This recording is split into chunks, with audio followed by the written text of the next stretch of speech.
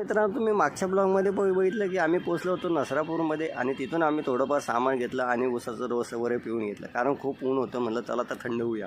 त्यानंतर आम्हाला लागलं बनेश्वरचं कमान आणि तिथून आमचा प्रवास सुरू झाला. प्रवास इतका खराब होता की काय सांगावं. रस्ते एकदम बारीक आणि त्यात खड्डे वगैरे खूप आहेत. त्यानंतर आम्हाला एका गावात मिरवणूक लागली.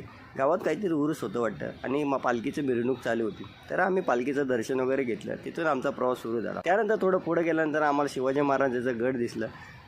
गडावर आपल्या शिवाजी महाराजांची प्रतिकृती दिसत होती. ते बघितलं. आम्ही पोचलो वेल्ल्यामध्ये पोचल्यानंतर आम्हाला सगळ्यांना लागली होती भूक.